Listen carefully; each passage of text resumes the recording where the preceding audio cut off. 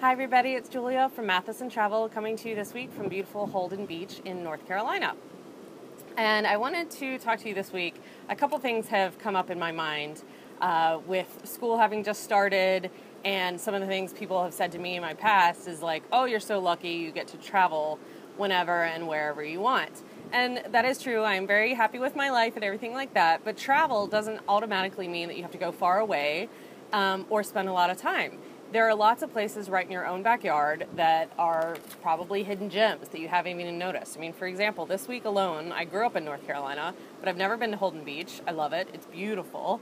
It's a really great family beach. And earlier in the week, I finally got to play around on Lake Norman, which is outside of Charlotte. And I'd never been on Lake Norman before, and it was great. It was gorgeous. So those are two places that were basically in my backyard growing up that I never had been to. So travel doesn't mean that you have to go far and spend a lot of time. So I really want to remind everybody, with school out and stuff like that, you've got weekends and long weekends, that road trips are a possibility. And so I wanted to give you a little quick rule of thumb that I use for road trips and how long you should spend in the place that you're going to visit.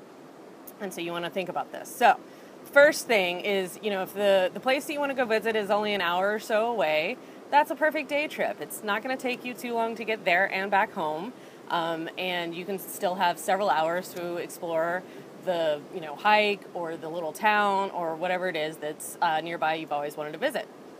But if the drive is 2 to 3 hours, give or take in that range, you probably want to at least spend the night. Maybe, and if it's pushing 3 hours, you may want to even spend the weekend there. But then if it's a 4 or 5 hour drive, that's when you want to use those long weekends or, fall breaks or spring breaks or something like that. Because, a 4 hour drive is really going to eat into your time, and you really want to have at least a couple nights to spend. Because, if you're going to drive 4 or 5 hours, you want to get as much bang for your buck as you can. And then the last thing, if it's longer than a 4 or 5 hour drive, especially if you've got kids, it's probably going to be easier to fly depending on where you are. So I wouldn't try it. I used to have to drive 6 hours to get from my house in Washington, D.C. to my parents' house, and that was really rough for a weekend. So take it from me.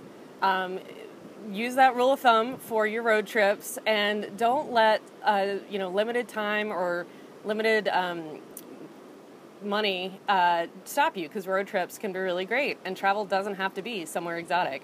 And there are really beautiful places in your backyard. So get out there and explore, and I will talk to you soon. Bye.